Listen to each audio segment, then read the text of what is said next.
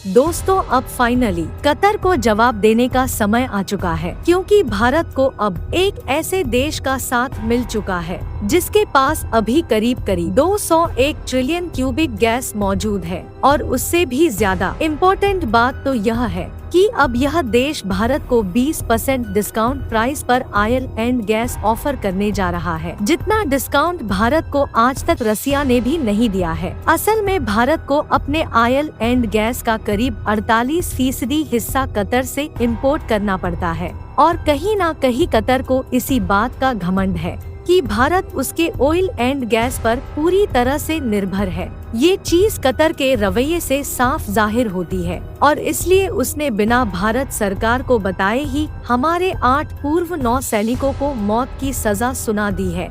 इस मामले में भारत सरकार कई कानूनी विकल्पों को तलाशने में लगी हुई है, ताकि अपने हर संभव प्रयास के जरिए इन अफसरों को सुरक्षित वापस भारत लाया जा सके। साथ ही विदेश मंत्रालय ने कहा है कि वह नौसेना के इन पूर्व 8 अफसरों को बचाने के लिए डिप्लोमेटिक लेवल पर हर मुमकिन कोशिश कर रही है। लेकिन इसी बीच भारत की मदद के लिए अब एक ऐसा देश निकलकर सामने आया है जिसने कतर पर हमारी निर्भरता को ही पूरी तरह से खत्म कर दिया है, और ये देश भारत को बहुत ही कम दामों में ऑयल एंड गैस की सप्लाई करने को भी तैयार है। मतलब अब बैकफुट पर जाने की बारी अब भारत की नहीं बल्कि कतर की है, और अब कतर को उसकी सही औकात हम दिखाएंगे, जहां उसे अपनी खैर बनाने के लिए हर हाल में भारतीय नौसैनिकों को आजाद करना होगा।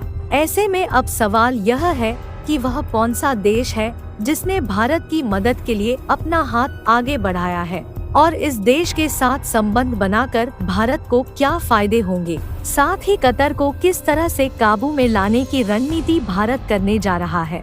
जानने के लिए पूरा वीडियो अवश्य देखिएगा। दोस्तों, जब से कतर द्वारा हमारे भारतीय पूर्व नौसैनिकों को मौत की सजा सुनाए जाने की खबर आ रही है, और तभी से भारत सरकार कतरी गवर्नमेंट से बातचीत और समझौता करने के लिए लगातार कांटेक्ट करने की कोशिश कर रही है। लेकिन इस मामले में कतर बिल्कुल भी समझौता करने के मूड में नहीं है। यहाँ तक उसने भारत को ये बताना भी जरूरी नहीं समझा कि वह हमारे 8 पूर्व नौसैनिकों को मौत की सजा देने जा रहे हैं। ऐसे में आप लोगों के मन में ये सवाल जरूर आ रहा होगा कि आखिर ये 8 भारतीय नौसैनिक कतर में कैसे पहुँचे और किस गुनाह पर कतर सरकार ने इन्हें गिरफ्तार किया था। तो दोस्तों, आपकी जानकारी के लिए बता दें कि इंडियन आर्मी से रिटायर होने के बाद भारत के यह 8 नेवी ऑफिसर कतर के सिक्योरिटीज एजेंसी अल दहरा ग्लोबल के अलग अलग पदों पर तैनात थे। ये कंपनी कतर की नेवी को सर्विस प्रोवाइड कराने का काम करती है, और कहा जाता है कि इस कंपनी ने कतर और भारत के संबंध को काफी काट किया है।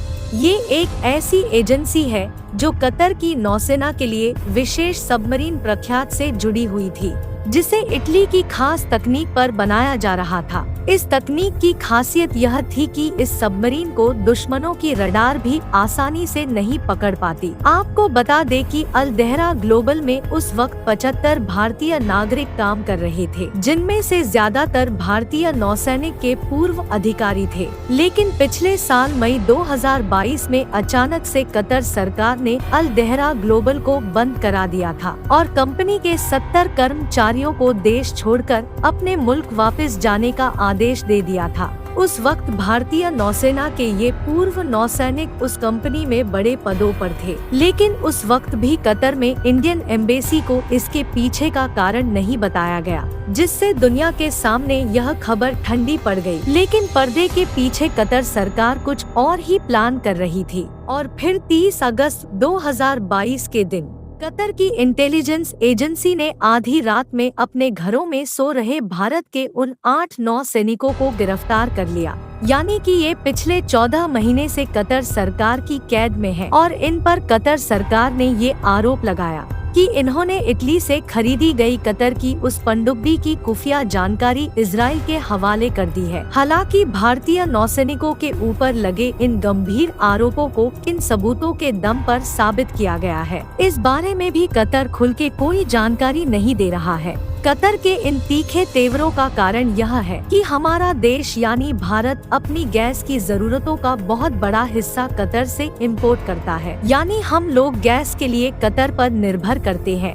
और इसी का वो गलत फायदा उठा रहा है। असल में कतर के पास दुनिया का सबसे बड़ा गैस भंडार है। ऐसे में सिर्फ भारत ही नहीं बल्कि दुनिया भर में कई ऐसे देश हैं जो प्राकृतिक संसाधनों के लिए कतर पर निर्भर करते हैं। ये तेल और गैस ही कतर की कमाई का मुख्य जरिया है और इसी को बेच कर ये आज काफी धनवान देश बन चुका है। यही कारण है कि भारत के बार बार रिक्वेस्ट करने पर भी कतर इस मामले में अपनी पूरी मनमानी कर रहा है। कतर अपने मन में इस बात को लेकर बैठा है कि भारत उसके सामने मजबूर है, क्योंकि रूस, यूक्रेन, इजराइल, हमास युद्ध में कई देश अभी व्यस्त है और ऐसे में भारत के लिए किसी दूसरे देश से गैस की सप्लाई कर पाना असंभव है।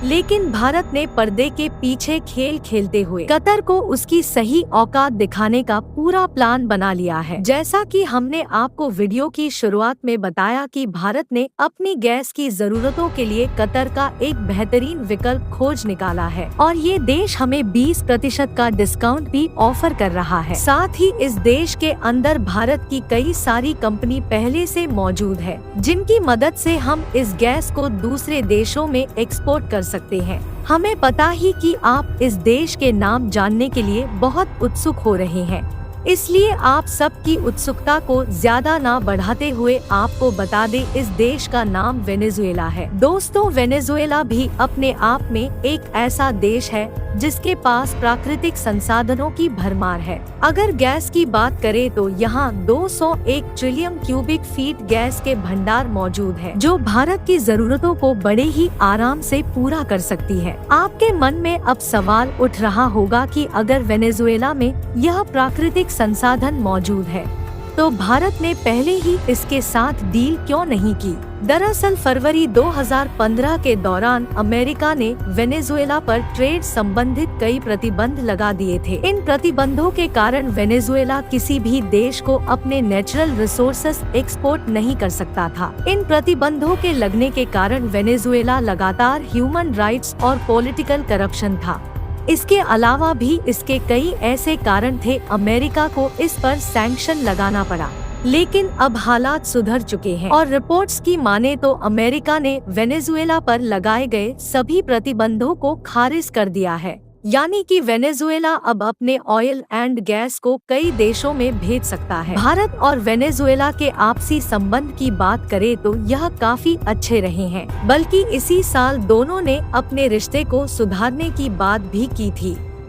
असल में भारत वेनेजुएला में मुख्यतः चावल, दवाइयाँ एक्सपोर्ट करता है और अब क्योंकि अमेरिका ने प्रतिबंध हटाकर भारत के लिए नए अवसर के दरवाजे खोल दिए हैं, ऐसे में इंडिया वेनेजुएला के साथ सिर्फ निर्यात ही नहीं बल्कि आयात भी जल्द ही शुरू कर सकता है। यहाँ तक कि अमेरिका ने जैसे ही वेनेजुएला से सैंक्शन हटाया तो भारत ने पेट्रोलियम के लिए इस नए अवसर को बनाने के लिए तुरंत कोशिश शुरू कर डाली। असल में भारत के ऑयल मिनिस्टर हरदीप सिंह की तरफ से यह कहा गया कि देश वेनेजुएला के तेल की तरफ रुख कर सकता है अगर यह सस्ते में मिलता है तो, यानी कि हम सब कुछ सही देखें तो पेट्रोलियम और गैस के लिए हमें अब कतर पर अपनी निर्भरता को खत्म करना होगा और ऐसा होने पर हम कतर के साथ ज्यादा अच्छे से नेगोशिएट कर पाएंगे, क्योंकि फिर कतर के पास हमें दबाने का कोई पॉइंट नहीं रहेगा।